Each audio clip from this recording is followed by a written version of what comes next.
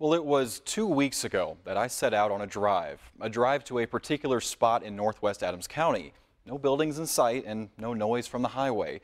There's nothing that stands out about this secluded location, except for the fact that it was this very spot where a group of mushroom hunters stumbled upon one of the tri-state's biggest mysteries nearly 30 years ago.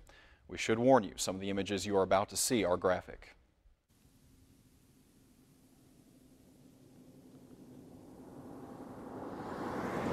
I was in the office and we got a call from the sheriff's office requesting assistance with a potential body that had been found at an abandoned rock quarry.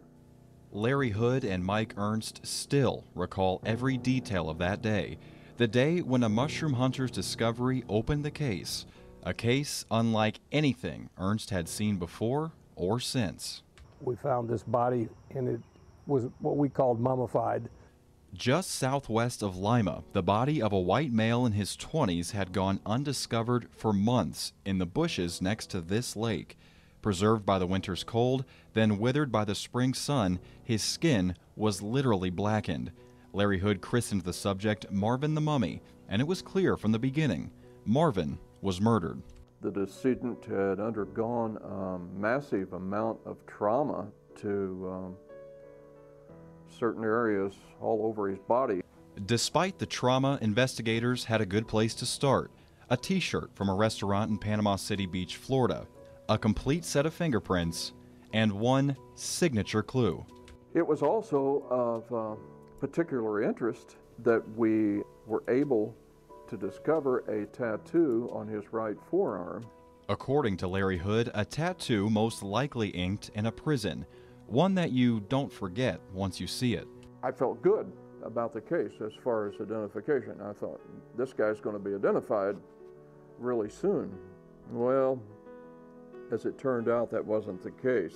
Based on all the fingerprints and the clothing and the description and the tattoo, we attempted to identify this subject, which we were never able to do. And things just aren't adding up. Larry Hood and his colleagues searched thousands of fingerprint records. The criminal and the military and the civilian files, all three were searched at the FBI with negative results. And pretty soon, weeks of investigation turned to months, then to years, and eventually decades. Still, nothing. It was the only case I'd ever seen where we could not identify the body.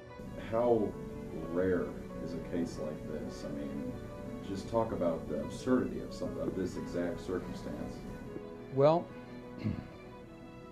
let's just put it this way. There has been one case like that. It's this one.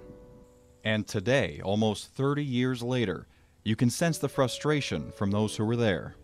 I worked on it for 5 years before I retired. We put in a lot of hours.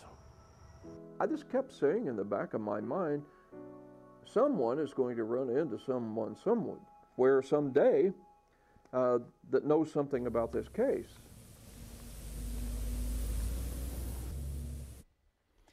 Now, as it turns out, Larry Hood was right. Somebody out there, one person, did know something about Marvin. And pretty soon, thousands more will be introduced to his mystery. That's tomorrow night on KHQA News at 10 in Part 2 of Marvin the Mummy Revisited.